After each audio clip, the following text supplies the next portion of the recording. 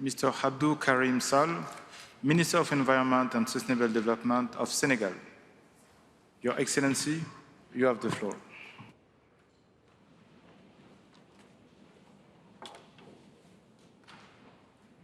Excellences, Monsieur le Président de la 26e conférence des parties à la Convention cadre des Nations Unies sur les changements climatiques, Excellences, Mesdames, Messieurs, je voudrais, à l'entame de mon propos, féliciter et remercier le Royaume-Uni et l'Italie pour la parfaite organisation de la COP26, malgré un contexte sanitaire préoccupant.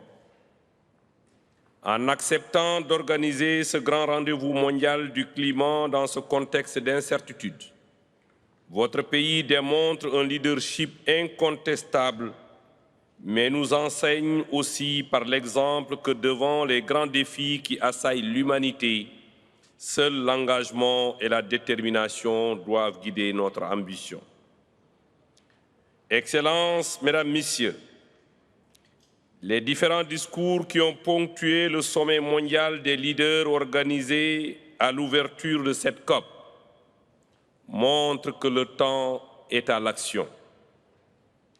Cette action en faveur du climat est d'autant plus urgente que les données scientifiques ont montré un retard important dans le déploiement des efforts nécessaires pour atteindre l'objectif de limitation de la hausse de la température du globe.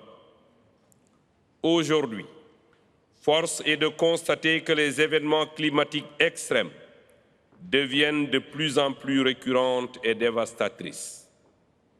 Leur répartition géographique montre qu'ils n'épargnent aucun continent, aucun pays.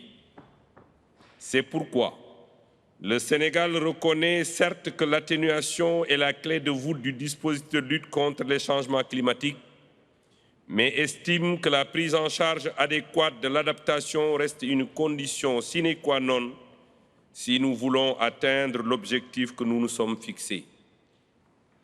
Le Sénégal a fait le choix de renforcer sa trajectoire de développement sobre en carbone et résiliente au changement climatique en mettant en avant le mix énergétique avec le déploiement à grande échelle des énergies renouvelables ainsi que l'utilisation optimale du gaz naturel à la place du charbon, tel que défini dans notre CIDN.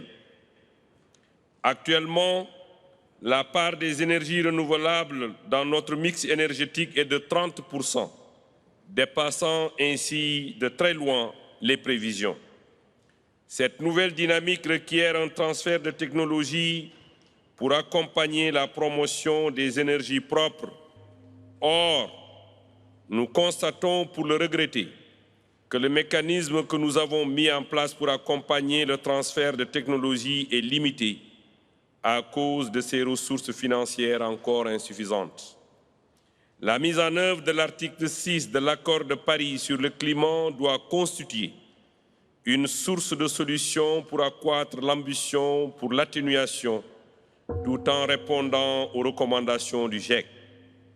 Elle peut aussi procurer une source de financement durable pour l'adaptation, le transfert de technologies et le renforcement de capacités si nous acceptons d'appliquer un partage équitable des revenus issus des transactions sur tout le mécanisme des marchés carbone. C'est pourquoi le Sénégal se réjouit des différents programmes en cours dans ce domaine et appelle à leur amplification. Excellences, Mesdames, Messieurs, au moment où nous célébrons le 6e anniversaire de l'accord de Paris, le monde entier est confronté aux conséquences de la pandémie de la Covid-19. Cette maladie a imposé à l'humanité un ralentissement de l'activité économique, pouvant servir de prétexte pour remettre en cause les engagements financiers des pays développés à soutenir les efforts des pays en développement. Cependant, nous avons l'obligation de maintenir la dynamique collective et l'esprit de solidarité qui fondent l'accord de Paris. Le Sénégal estime que les stratégies de relance de l'activité économique doivent tirer les leçons du passé pour s'orienter résolument vers de nouvelles trajectoires de développement sobre en carbone et résiliente aux effets des changements climatiques.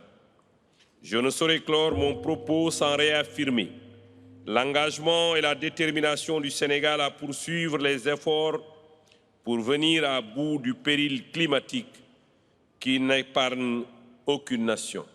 Je vous remercie.